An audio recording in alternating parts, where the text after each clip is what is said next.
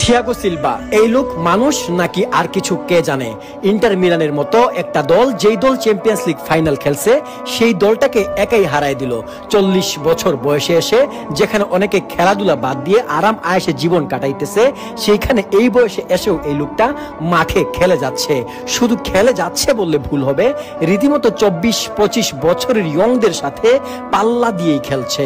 Defender মানেই আমরা বুঝি অ্যাগ্রেশন, ট্যাকল, লাল কার্ড, হলুদ কার্ড এসব, কিন্তু এমন একজন নম্র ভদ্র ডিফেন্ডার আছেন যিনি শুধু নীরবে দায়িত্ব পালন করে যান, লাইমলাইটে খুব বেশি আসেন না, কিন্তু দর্শকদের মুখে থাকে তার নাম।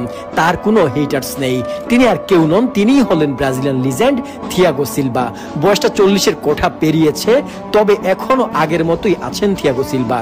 ব্রাজিলিয়ান ক্লাব ফ্লুমিনেন্সে তার ক্যারিয়ারের সূচনা ঘটেছিল। এরপর একে একে এসি মিলান, পিএসজি, চেলসির হয়েও খেলেছেন। যেখানেই গেছেন সেখানেই ভক্তদের হৃদয় জয় করেছেন চ্যাম্পিয়ন্স লিগ শিরোপা, লিগ ওয়ান শিরোপা সহ আরো অনেক কিছু।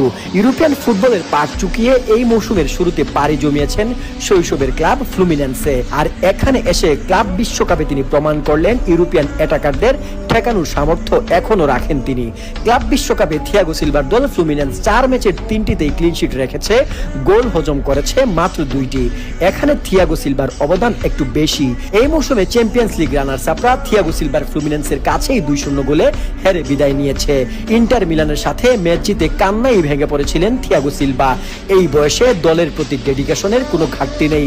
লাউতারো থুরামদের মতো ওয়ার্ল্ড ক্লাস ফরওয়ার্ড, যাদের সামনে বার্সেলোনার মতো দল টিকে থাকতে পারেনি, তারা 40 বছরের থিয়াগো সিলভার কাছে আটকে গেছে। ইন্টার মিলানের সাথে থিয়াগো সিলভা ছিলেন অনন্য। ক্লিয়ারেন্স করেছেন 7টি এবং হেডেড ক্লিয়ারেন্স ছিল 4টি। ইন্টারসেপ্ট করেছিলেন একবার এবং বল রিকভারি করেছেন 3বার। গ্রাউন্ড ডুয়েল জিতেছেন 3টির মধ্যে 3টি।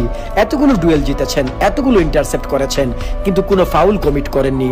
আর এতেই বোঝা যায় থিয়াগো সিলভা কতটা সলিড ডিফেন্ডার।